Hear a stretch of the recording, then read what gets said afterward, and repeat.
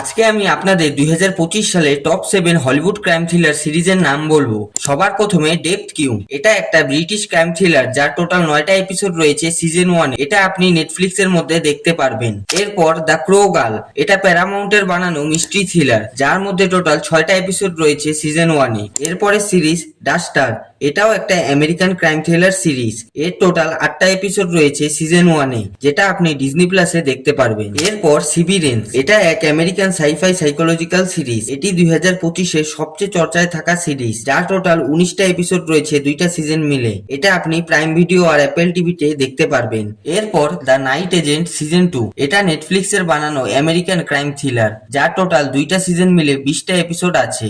এরপর unseen season 2, এটা একটি south African crime drama series যার টোটাল 12টা এপিসোড রয়েছে, যেটা আপনি নেটফ্লিক্স এর মধ্যে দেখতে পারবেন। এরপর সারফেস সিজন 2, এটা একটি আমেরিকান সাইকোলজিক্যাল থ্রিলার সিরিজ যার 2টা সিজন মিলে টোটাল 16টা এপিসোড রয়েছে। অ্যাপেল টিভি প্লাস আর প্রাইম ভিডিওতে এটি আপনি দেখতে পারবেন। তো এটাই ছিল আজকের ভিডিও, দেখা হচ্ছে পরে।